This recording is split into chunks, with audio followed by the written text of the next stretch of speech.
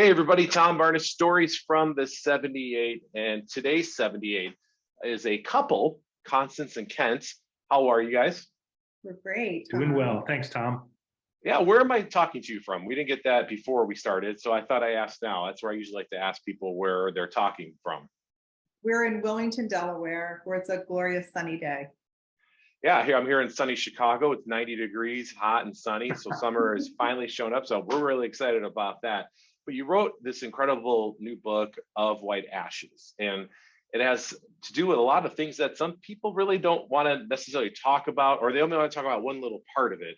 But World War II camps that we had here in the States, in your book, it mentions camps in Arkansas and California, internment camps.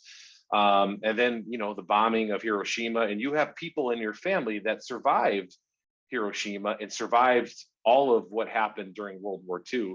And that's kind of what this book is based upon, correct? It is. The story is based on Kent's parents' stories. His mother was a young teenager incarcerated in two of the Japanese American camps, one in Arkansas, one in Tooele, California. And Kent's father, also an American citizen, who happened to be living in Japan during the war years. He is a Hiroshima survivor. And when I met Kent, I just thought that was remarkable that these two people came together having experienced really the worst of the Japanese American experiences during the war, and loved each other and raised this fine human being and two other children to love this country as much as they do. And I imagine when these stories were talked about, it wasn't easy for your parents, Ken, to want to talk about them, because my grandparents both, I just did something similar with my grandfather. He was in World War II, and they never talked about it. Like, they talked about it maybe years later, and I was lucky enough to be able to capture some of it on video from my grandmother, not my grandfather, because he passed in the 80s. But either way, that generation, they don't like to really talk about things unless you pull it out of them. Was that your experience? Very much so, Tom. So much so that through this process of writing the novel and having it published and speaking with others, it's become apparent, at least to me, that in addition to generational reasons, perhaps not sharing, there's a cultural overlay to that as well. And there's also the overlay of not wanting to burden the family with what happened to them. And there is something about that generation that doesn't want to burden the family. Correct. Isn't that something? It is something. And yet there are many stories to be told that we can learn from. So we hope that our novel is part of that learning for Americans, for non-Americans, about this time in our history. And you talk about learning, and for sure, this was a learning process. It's your first novel, and nothing like tackling something huge, right? For your first one out of the gate. What was that process like? I imagine the research alone probably just took forever. Yeah, it did. We researched the book in segments, beginning with Hiroshima, and then writing the early chapters on Hiroshima before moving on to researching the incarceration. And so I was the primary researcher, but together Kent and I traveled to his father's hometown in Hiroshima.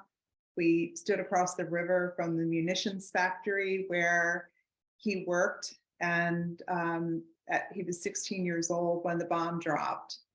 Wow. And then in Hawaii, where Kent's mom was born and where her father was the Buddhist minister of the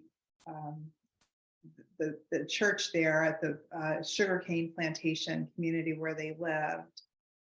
And so we also relied on a lot of great primary source materials, family materials, things that Kent's mom had written down, her yearbook from camp, a small but wonderful artifact. It's an autograph book that's constructed out of wood, and it's tied together with rawhide shoestrings, and it's filled with sentiments from her friends in camp as they were preparing to go back to what home might be like after the end of the war.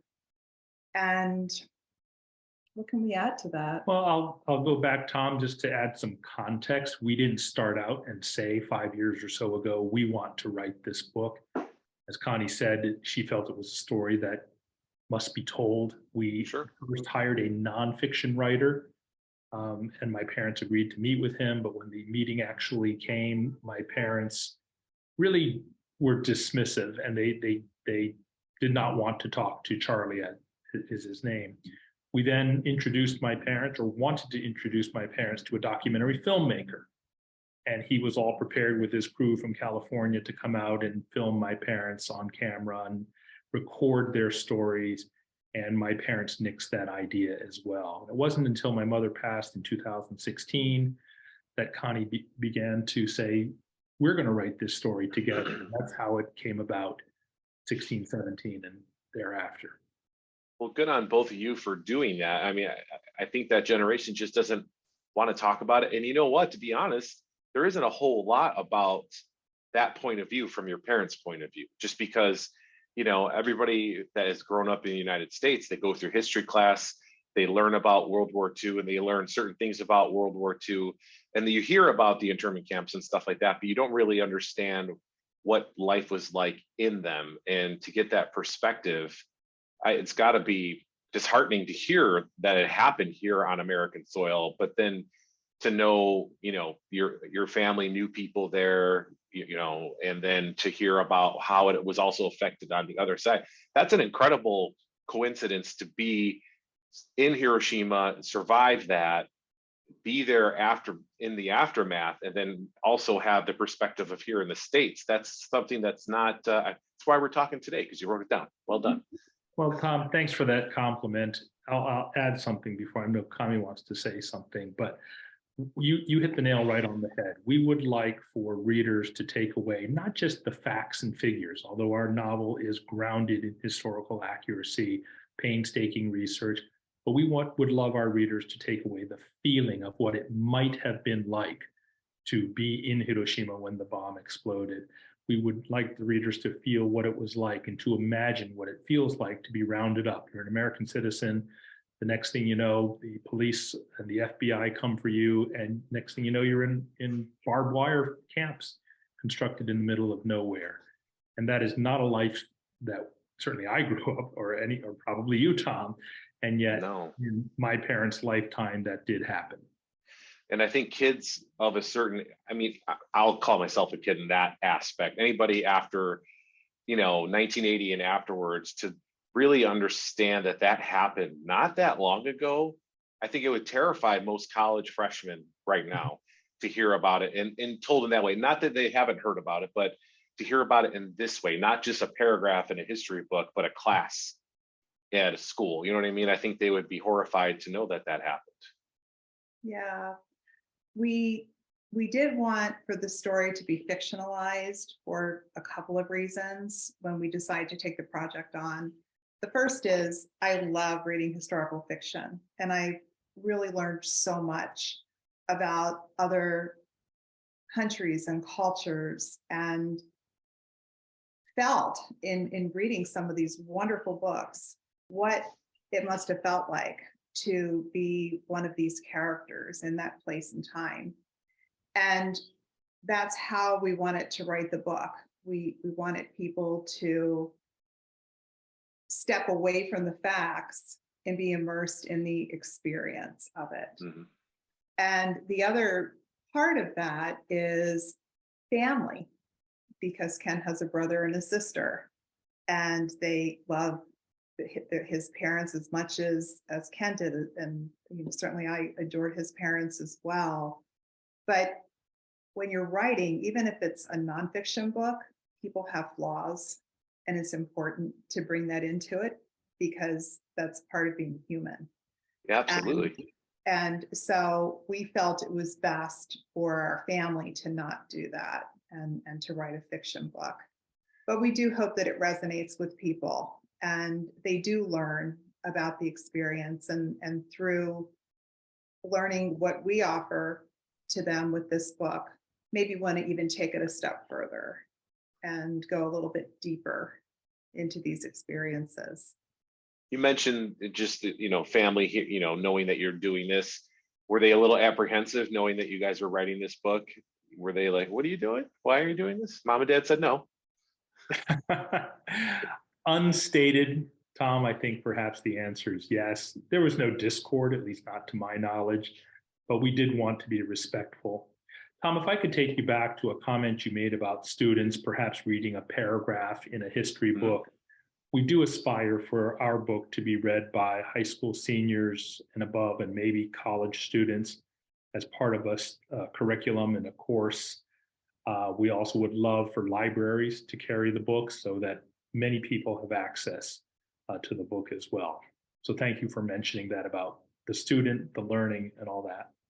Yeah, I think it's important, especially nowadays, is, with the last couple of years and people wanting to perhaps just put away history because it's uncomfortable to talk about and make this, you know what I mean? Like, I think we need to know our history because it's uncomfortable, because, every person that settled this country wasn't a saint, you know what I mean? And most countries for that matter, but we're here now. And to acknowledge our history, I think is important, to learn from our mistakes so we don't make the same mistakes again. And because we have these examples, like I imagine the stories coming from Japan after the bomb were horrific. And why would we want to put any human being through that? Even, our worst enemies, because it's just an annihilation of human life. Yes. That it's worse probably now than it would have been then, just because there's more of those bombs. Yeah, we couldn't agree with you more. We don't look back on history to see how strong we can be, but really just the opposite, to Yeah, it's acknowledge crazy. how fragile life is and our responsibility in protecting the fragility of our lives and those around us and those who are different from us. Right. Thomas And wanting to know them instead of not wanting to know them. Learn about culture, Right. learn about different people. Correct, Tom. You mentioned history and learning. Part of our research was at the National Archives in Washington, D.C. For those who don't know, your listeners who may not know this, outside the National Archives at the entrance there is a statue. It's from, there's a quote engraved on the statue, "What's past is prologue." And we often refer to that, whether we're talking with you or others, because as Connie said, history does ground our novel. And we hope that we learn from it, whether it's about war, whether it's about treatment of human beings, treatment of anybody. Yeah, treatment of human beings, I think, is number one. Like, treat yourself the way you would want to be treated.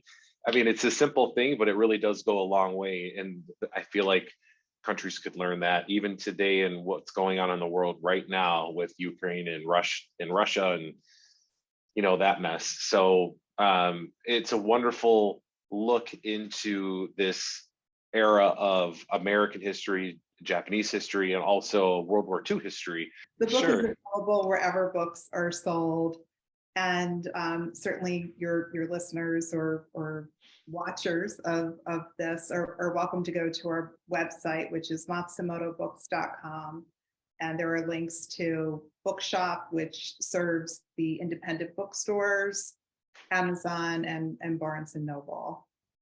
And we also Fantastic. have social media accounts, as I know you do, Tom, and I'm following you already. So we look forward to hearing more from you.